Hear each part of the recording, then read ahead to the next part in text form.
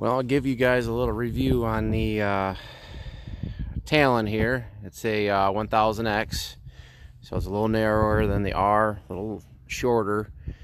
Obviously, I wasn't able to do any high-speed stuff at Haspen Acres. I did some. There's a little area that you can turn them loose a little bit. Nothing to get a real feel of it. No big whoops. So all I can comment on is trail riding and rock climbing and obviously a little mud and hill climbing. So nice unit. It's runs very good. I think it's going to end up being a love-hate on the DCT manual trans. Loved it for the low range and be able to hold first gear, compression braking down hills. You put it in low range down steep hills, you don't even have to use the brakes. You know, it'll just hold it back. If you're a person that's going to drag race this, and that's what your ideal is, to drag race your buddies, I would suggest buying a different unit. Hopefully the aftermarket can help out with that, but this thing is an absolute dog out of the hole. You know, you can't raise the RPMs to take off.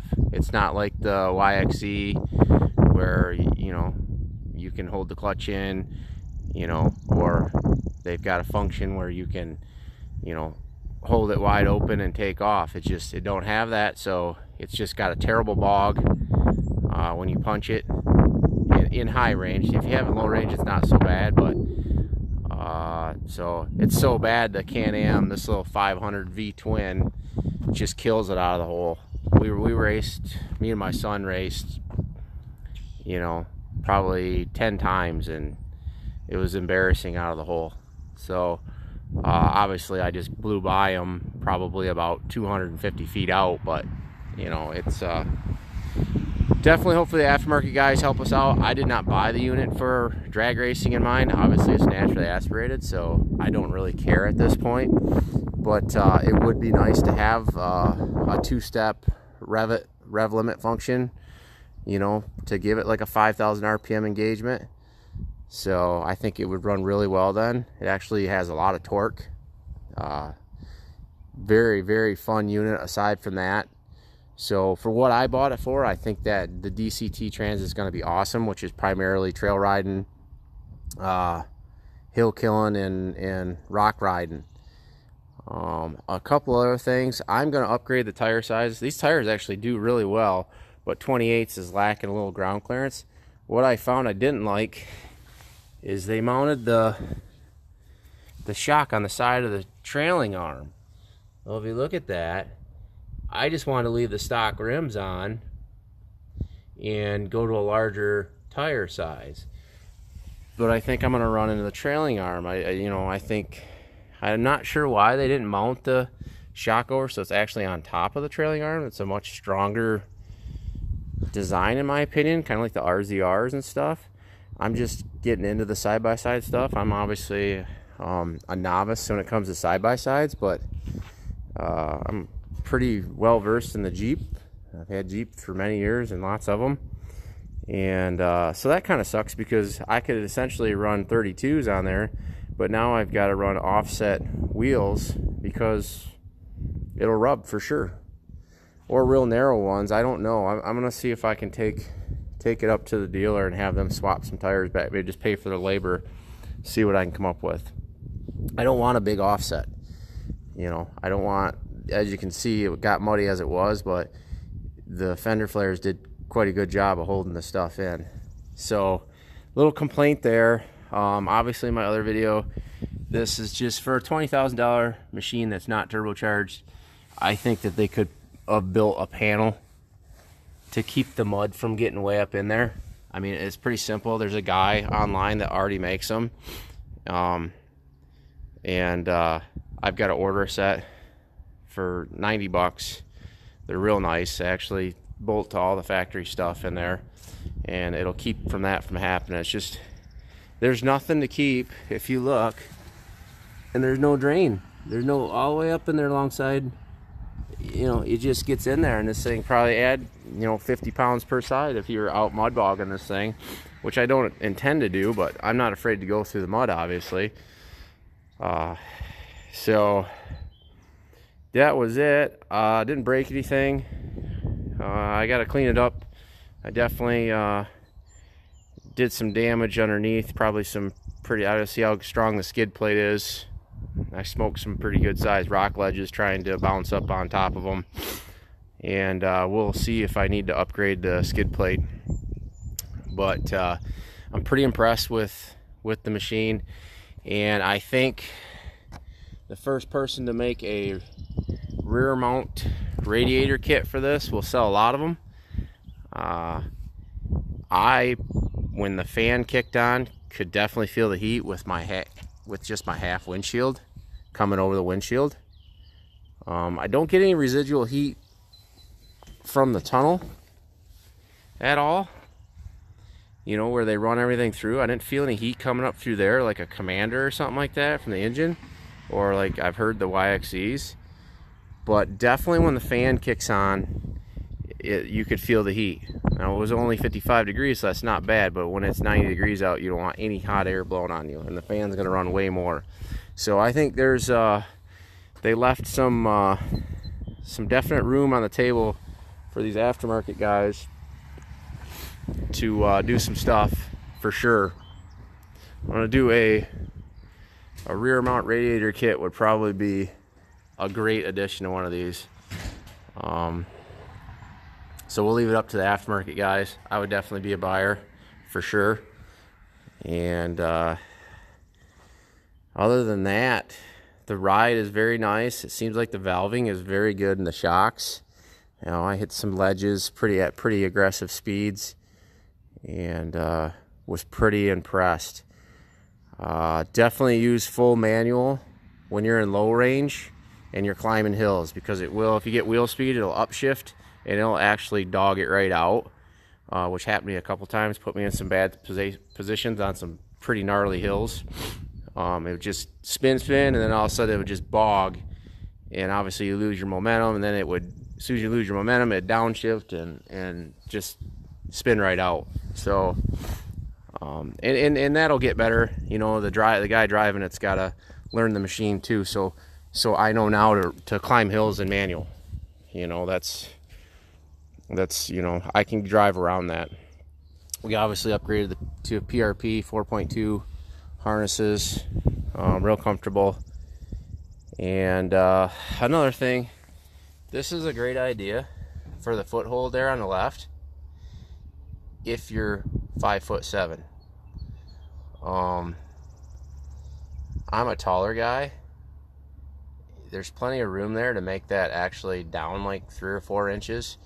I'm 6'2", and that thing is almost worthless to me.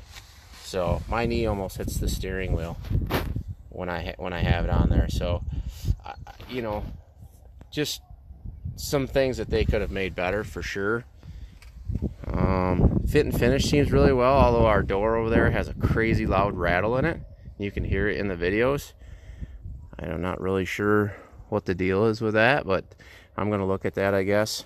Just, you know, I kind of bought Honda thinking that it was, you know, a step above the rest in quality, and really for a naturally aspirated machine that's $20,000, it should be. But cup holders are really nice. They do their job. The i 4-wheel drive works pretty good. Again, I'm coming from a Jeep background, so I can definitely see where a locker would be very helpful. And so there's some room for improvement there. I mean, I don't know how that whole system works, and I would love to have the option to have a full locking front diff. You know, whether aftermarket can tune something, hack the hardware, would be awesome. But aside from that,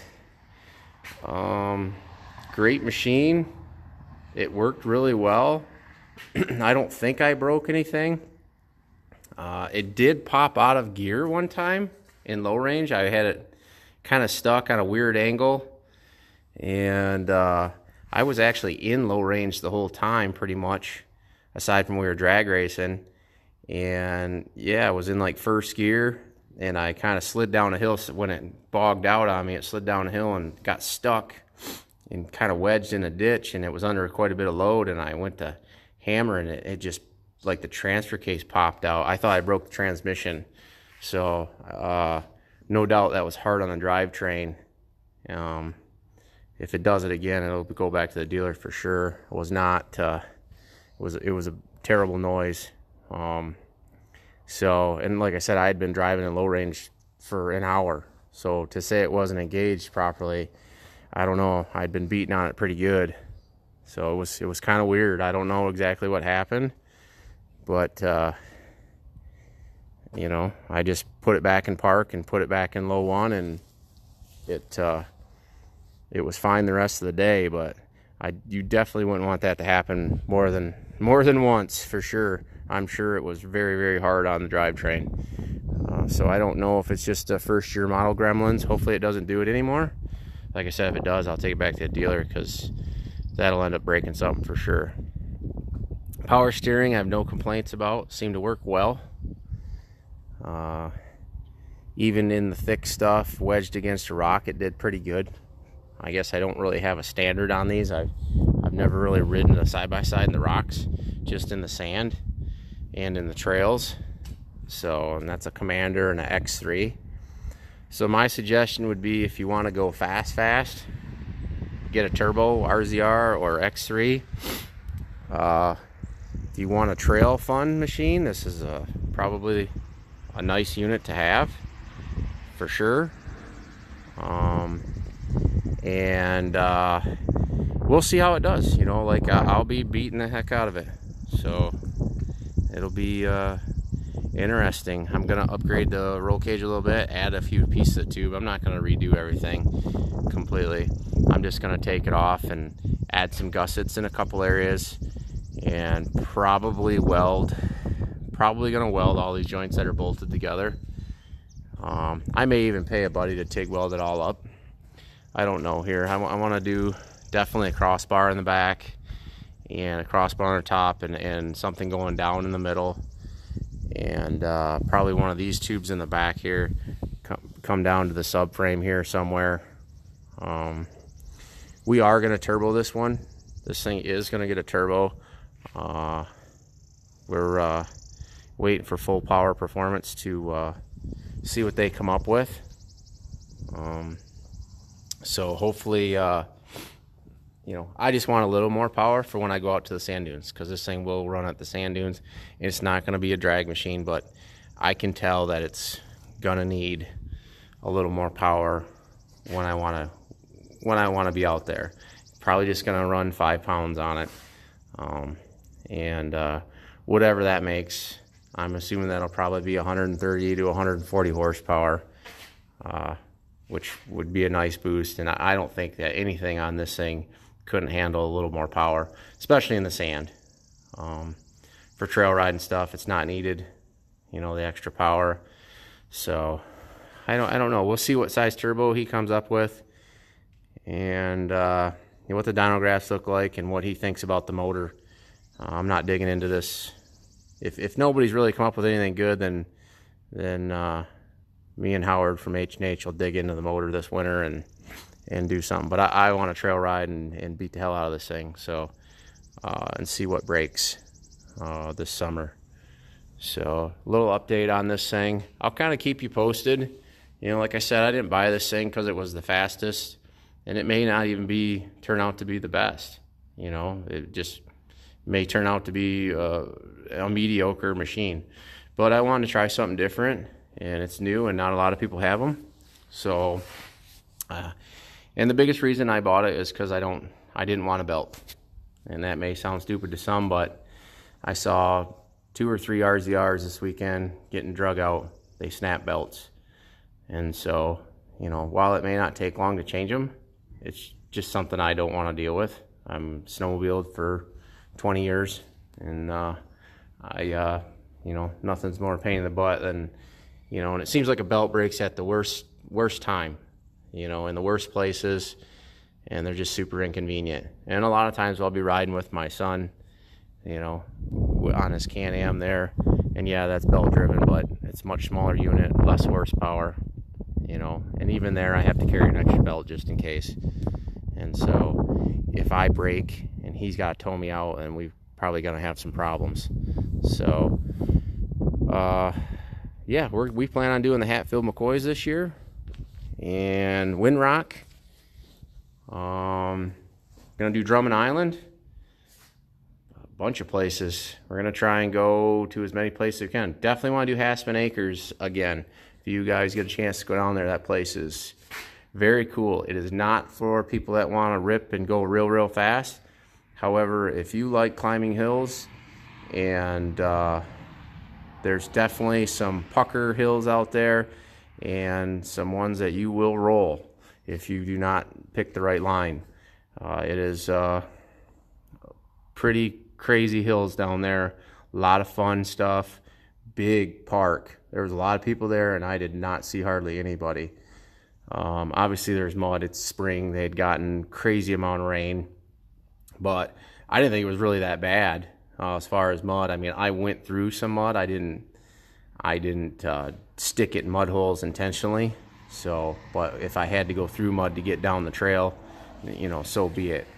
My son he wanted to go mud bogging, and then he figured out it wasn't fun when he got stuck. So, yeah, a little update on her here, and I hope you fellow Talon owners are enjoying them. So, talk to you guys later.